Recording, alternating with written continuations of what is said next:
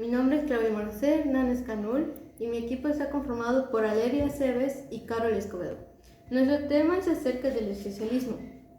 El existencialismo, para una parte importante, es que se divide en tres partes: el cristianismo, el ateo y el aconitismo. De esas tres partes se divide el existencialismo, por las cuales estas tres fueron importantes en aquel tiempo. El existencialismo es una corriente filosófica que se originó a inicios del siglo XIX y siglo XX, lo cual en el siglo XX llegó a su final.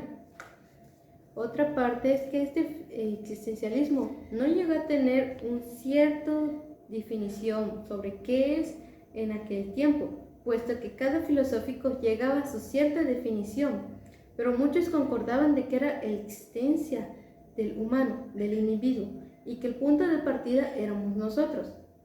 Eso también se categoriza por un movimiento literario, puesto que hubieron obras relacionadas a este tema, que hablaban mucho acerca del existencialismo y pues historias también.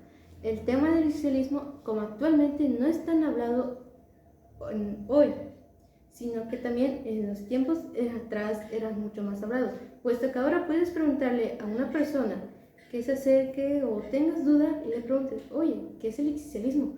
Esa persona te va a contestar con no sé, puesto que a lo primero que se le vendrá a la mente es aquello, puesto que tal vez no hayan visto el tema o hablado, y pues eso responderían.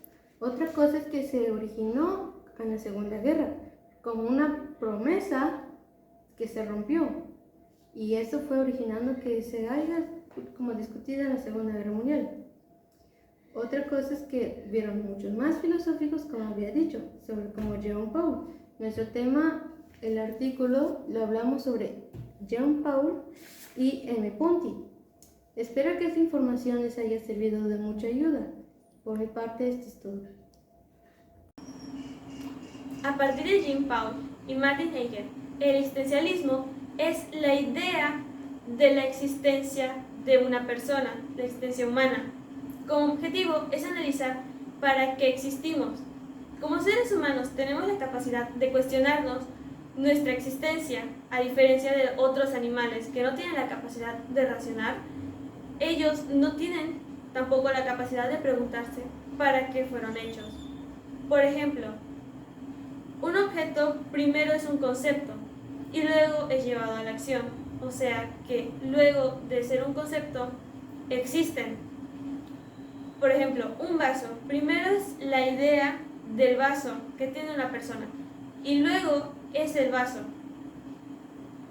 Pero eso no implica que los humanos o las personas, por el simple hecho de nacer, ya son o ya existen, porque una persona, un ser humano, se va haciendo a partir de sus conocimientos y experiencias.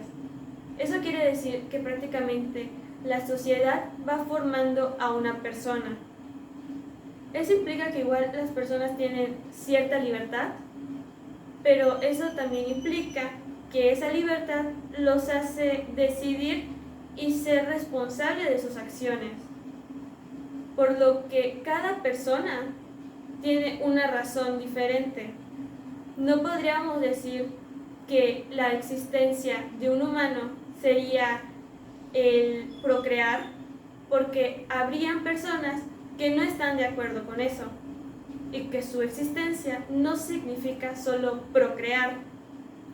Igual no es solo trabajar, porque muchas personas dirían que su existencia es ser útiles para la sociedad o trabajar para el futuro, pero otras personas no estarían de acuerdo con eso. Por eso es una cosa que una persona por sí mismo tiene que preguntarse: ¿para qué existimos? El existencialismo surge a finales del siglo XIX. Bueno, sabemos que la preeminencia es la existencia. ¿A qué me refiero con esto? Es que el ser humano primero existe y luego piensa.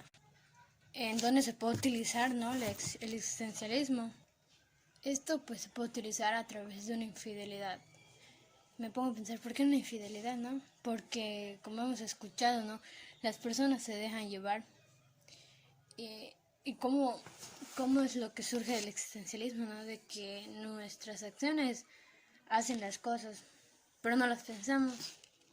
Por esa razón dice que primero existe el hombre y luego piensa, porque algunas veces las personas, pues, ¿cómo es que son? Sino que dejan que sus acciones realicen las cosas sin tener que pensarlas.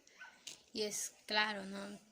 Muchas veces he escuchado, ¿no? Decir algunas cosas porque pues me pongo a pensar y si he utilizado el existencialismo, ¿no? Porque algunas veces contesto por contestar, más no pienso lo que tengo que decir. Y es claro, ¿no? Nunca me había dado cuenta que creo que en la vida cotidiana utilizamos mucho el existencialismo sin darnos cuenta. Muy pocas personas conocen qué es el existencialismo. Y por esa razón yo digo que las personas dejan que sus acciones, o sea, hagan todo, mas no piensan lo que dicen. Por eso dicen que tenemos que utilizar el razonamiento. ¿Qué es el razonamiento, no? Que primero pensamos y analizamos lo que tenemos que decir y no dejamos que nuestras acciones, o sea, hagan todo por nosotros, sino que primero analizamos y pensamos y luego decimos.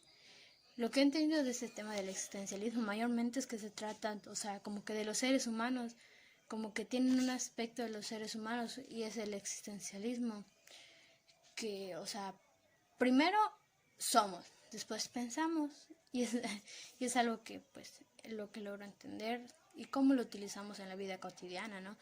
Sin darnos cuenta de las palabras, en nuestras acciones. Por eso digo, mayormente se utilizan, pues, en el vocabulario. Las aportaciones que nos dejaron, ¿no? Es un ateísmo consecuente.